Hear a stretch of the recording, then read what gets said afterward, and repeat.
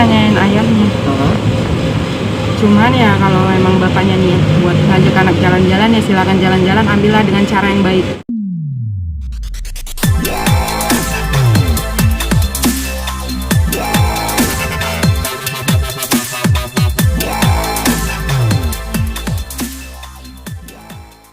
Bang Putranya nggak hadir.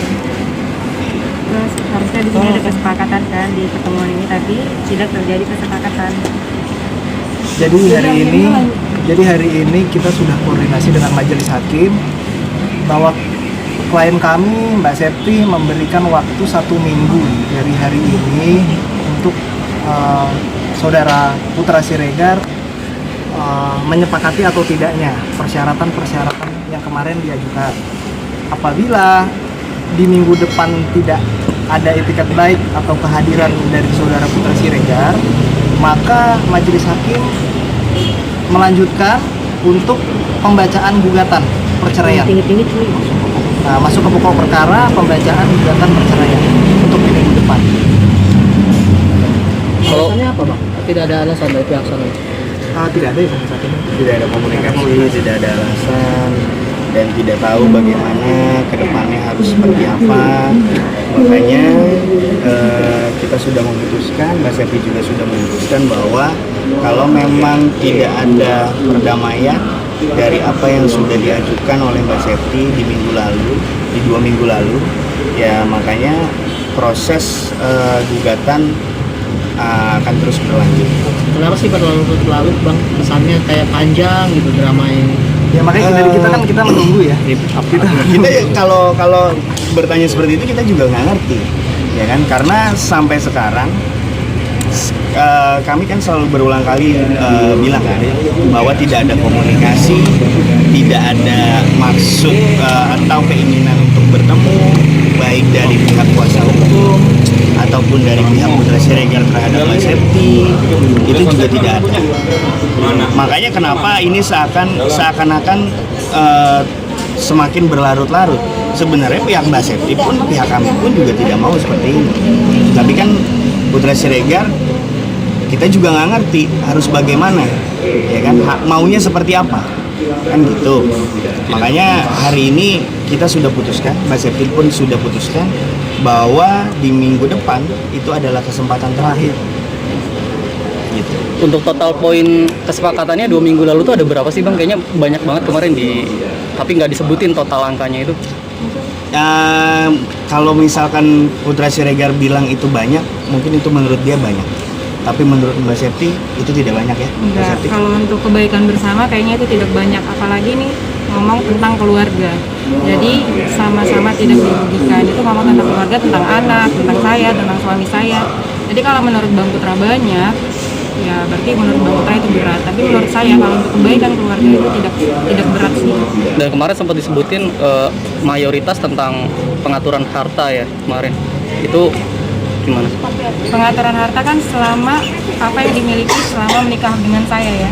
Jadi kan itu ada hak saya, hak anak saya, hak suami saya. Maksudnya bukan buat saya loh, ini buat kita bersama gitu, harta bersama. Jadi kalau ngomongin masalah aset, ya ini kan buat sama-sama loh, bukan buat pribadi sendiri gitu. Karena kita punya anak, punya masa depan buat anak-anak kita, saya, suami saya, bukan untuk diri saya sendiri. Berarti selama menikah banyak memiliki aset. Saya garis bawahi tadi ya, Pak. Berarti apakah jumlah total aset itu akan dibagi 2 sepenuhnya seperti apa? Milik bersama sih, lebih milik bersama. Nggak ada yang dipecah. Iya. Bang, tapi biasanya kan dalam gugatan perceraian itu harta bersama sebenarnya istri memiliki hak berapa persen gitu. Iya. Seperti apa? Itu kan kita belum masuk ke ranah situ, karena itu kan sudah masuk ke agenda untuk harta gono gini. Kita belum sampai ke situ. Kita hanya ingin tahu sampai sejauh mana Putra Siregar ingin berdamai dengan Mbak Septi. Makanya melalui kesepakatan itu harus menjadi satu akta perdamaian, karena itu syarat formil di dalam proses perceraian seperti itu. Jikalau Putra Siregar ingin berdamai dengan Mbak Septi, harus kita sampaikan isi dalam akta perdamaian itu apa aja poin-poin. Makanya kita atur yang menjadi poin-poin seperti yang sudah kita sampaikan kemarin melalui berkas rekap. Mbak Septi, selama ini kan dia selalu berkoar-koar bahwa ingin pertahankan. Ada upaya apa dalam 2 minggu, dari 2 minggu lalu sampai sekarang, adakah upaya dia untuk menemui anak kah, atau menemui Mbak Septi kah? Menemui anak ada, pengen ngajak anak jalan-jalan ada. Cuman katanya kan dia tahu rumah saya, tapi kok nggak datang ke rumah saya. Dia memiliki keinginan itu ya, Iya, tapi tidak hadir. Tapi tidak datang ke rumah. Kalau emang kan dia kemarin pernah bilang dia tahu rumah Septia. Nah dia pengen ngajak anak jalan-jalan. Kalau pengen ya udah datang ke rumah, jemput baik-baik, nggak apa-apa. Cuman itu kan belum dilakuin. Komunikasi sudah ada, dibuka? Komunikasi itu ada, tapi berantem. Mbak Septi berantem sama Mbak Putra Ya, gitu ya. jadi bukan komunikasi yang baik. Berantem Dia dalam maksudnya hal dia nggak datang. poin-poin atau gimana? Bukan Poin-poin yang masalah di sini nggak, dia ngechatnya nggak ada ngebahas tentang persyaratannya. Justru kan yang saya harapin, yang mana sih yang kamu sanggupin, yang mana yang tidak kamu sanggupin gitu. Tapi di situ tidak ada sama sekali pembahasan tentang itu. Mbak Septi beberapa waktu lalu melalui media sosial sedikit berbicara soal Orang ketiga. sepertinya ada orang ketiga gitu. Penafsirannya seperti itu. Mungkin bisa dijelaskan Mbak seperti apa? Benarkah kabar adanya orang ketiga itu? Itu benar. Karena yang saya sampaikan ya nggak mungkin berita bohong dong. Dan semua yang saya itu ya karena ada bukti-buktinya. Benarkah orang ketiga itu mantan karyawan? Iya, Oke.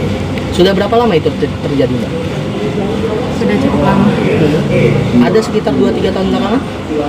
1 tahunan. Oh, 1 tahunan belakangan. Oke, sampai sekarang apakah dia ada komunikasi atau Mbak ada komunikasi ke dia terkait hal ini? Ke dia siapa ya? Ke pihak ketiga itu gitu kan, Mbak kenal kan? Oh, Pihak saya ketiga itu. pernah ke rumahnya sih. Kalau bisa diselesain baik-baik, karena saya nggak mau keributan ya. Nggak mau keributan. Kamu maunya gimana? Nah, tapi pas ketika saya di sana, ya justru saya malah disuruh pulang Oleh si pihak oleh ketiga atau orang tuanya. Oke Mbak, apakah ini dampak pengaruh buruk dari kawan-kawannya Bang PS sendiri Mbak? Dengan adanya pihak ketiga ini? Nggak tahu deh kalau dampak gimana ya. Sebenarnya itu tergantung diri sendiri juga. Dia bisa nahan nggak dampak teman atau enggak. Sebenarnya pengaruh juga. Kalau teman ya, teman yang baik pasti bakal ngaruh ke yang baik. Kalau teman tidak baik pasti ngaruhnya juga ke tidak baik. Dan walaupun dia sama orang yang tidak baik, kalau imannya kuat itu nggak bakal terpengaruh. Mbak, ini kan sebelumnya pada awal tuh masih menutupi ya soal penyebab kesalahan berulang ini ya, dan kenapa akhirnya di-spill apalagi ini di Itu sosial media. karena saya benar-benar capek ya. Capek itu saya harus nyari rezeki ya buat anak-anak saya. Yang kemarin katanya dia udah transfer duit, itu baru transfer itu bulan ini. Jadi kalau dia ngomong, saya harus selalu ngasih kok. Iya, selalu ngasih. Tapi kan kemarin ada yang enggak. Dan itu baru ditransfer itu bulan Februari. Oh, baru bulan Februari ini. Setelah di-spill ke sosial media, ada Reaksi dari Ada, dia bilang kalau itu yang buat kamu puas ya udah lakuin aja. Dia bilang. Tapi anak-anak kita yang bakal jadi korban. Iya, anak-anak kita bakal jadi korban. Tapi penyebabnya ya karena kamu nggak bisa nahan diri kamu. Saya juga nggak bisa nahan diri saya karena saya harus mikirin anak-anak saya. Saya harus kerja sekarang. Terus belum lagi mikirin tentang ini, persidangan ini gitu. Berarti komunikasi soal pertengkaran ini hal ini. Iya, makanya mungkin saya udah nggak bisa nahan ya. Sementara dia harus ngelindungin orang lain, bukan saya yang dilindungi. masih berhubungan nggak sih sama pihak ketiganya sampai saat ini? Yang Mbak tahu? Enggak ya?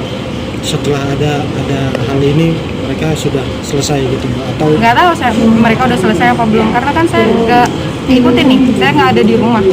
Saya nggak tahu mereka udah selesai atau masih. Oh jadi Mbak Septi nggak tahu nih hubungan itu masih berlanjut apa enggak? Tapi dari pihak ketiga ini udah minta maaf ke Mbak Septi? Nggak sama sekali, justru dia ngerasa di belakang gue ada Ultra Schreger. Nggak ada yang bisa ngalangin gue gitu. Mbak Septi sendiri ini kan katanya setahun yang lalu ya sudah adanya orang ketiga. Mbak Septi awal mula taunya dari bagaimana? Curiga gitu. Mbak Septi mergoki atau Main handphone terus. Kenapa? Main handphone terus. Jadi ada kecurigaan dari situ ya? Lalu setelahnya Setelahnya ya lihat Dirampas atau sendiri. Lihat dengan mata kepala sendiri. Baru Benarkah percaya kalau ada kabar selingkuh. ngelihat dengan mata kepala sendiri PS cekin sama dia?